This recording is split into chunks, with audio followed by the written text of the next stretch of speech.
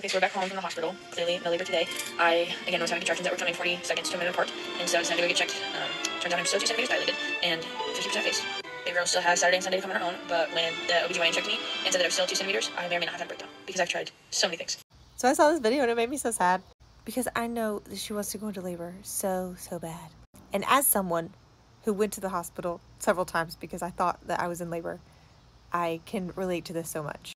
I even went through the Bojangles drive-thru and told the Bojangles drive-thru lady that my water broke, and called my whole family and told them that my water broke, only to go to the hospital and have them tell me that I peed my pants. So I get it. I get it so bad. But she did share parts of her labor and delivery triage experience that I thought I could share some like perspective on and just give you like some extra info. Okay, so she says, came into labor and delivery for contractions that were 40 seconds to a minute apart. And that seems really like a lot of contractions. And when you are coming into labor and delivery and you're telling them about your contractions, when we measure like how far apart they are, we start from the beginning of one contraction to the beginning of the next. So it sounds like she's talking about the space in between was 40 seconds to a minute. When I hear that, a couple things go through my head. Number one, uterine irritability is something that can happen like if you're dehydrated and your uterus is just like blah, blah, blah, blah, blah. Like if you put it on the monitor, it looks like blah, blah, blah, blah. That's the sound it would make if it made a sound. The other is if we're having like true, like really super painful contractions, and combining that with something like bleeding, that would be a really bad sign. So it's always good to come in if you're unsure. That could be something called a placental abruption. Like if you're having contraction after contraction after contraction and you're combining that with bleeding, that's a really big sign that you need to seek some help. She says, I started getting the chills and really jittery for some reason. So chills can happen a whole bunch when you're in labor and after you have your baby. Hard to speculate on exactly what her chills and jitteriness came from, but there are so many different things, right? We could be dehydrated. We could be getting sick, like having fever. But I want to also talk about some other reasons that when you are in labor that you might shake, because chances are when you do go into labor, you will shake like a leaf on a windy tree. So when you are in labor, rapid hormone shifts that you can have combined with the hormones that are going to be raging, that are the stressy hormones like adrenaline and cortisol, those kind of things, can cause you to shake. If you get an epidural, the epidural can also make you shake.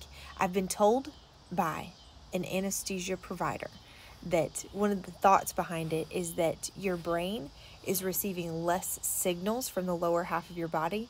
So your brain thinks we are numb, we must be cold, maybe we fell into a cold lake or something.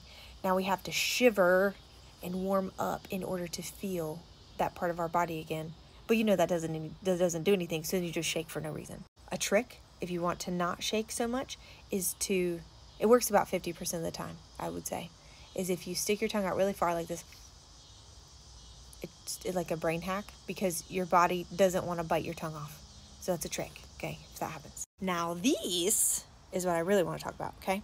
So we have a baby. Baby looks good right here. And these contractions I would like to comment on. This is something called uterine irritability. Remember when I said that uterine irritability looks like blah, blah, blah, blah?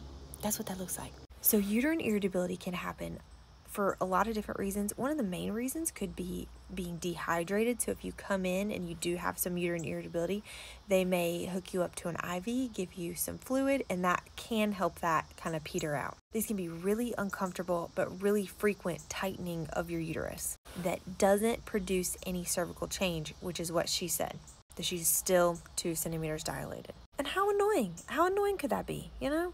And frustrating.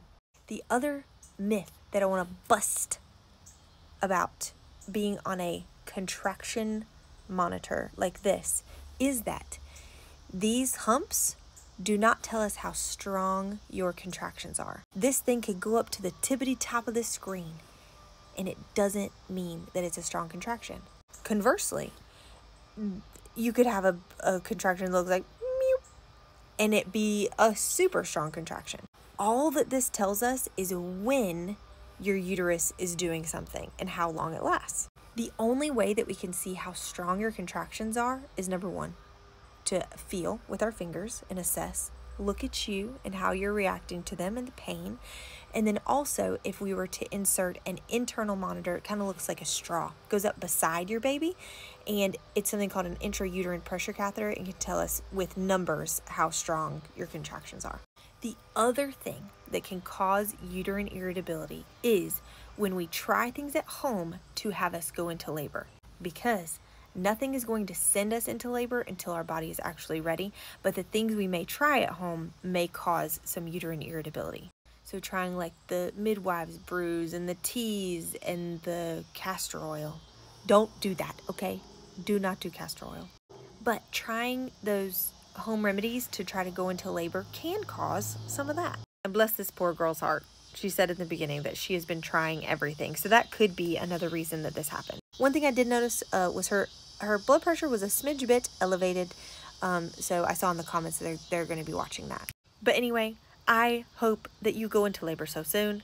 I hope that you have an amazing delivery. And I hope that these like peedly little mean uterine irritability contractions go away until they mean business.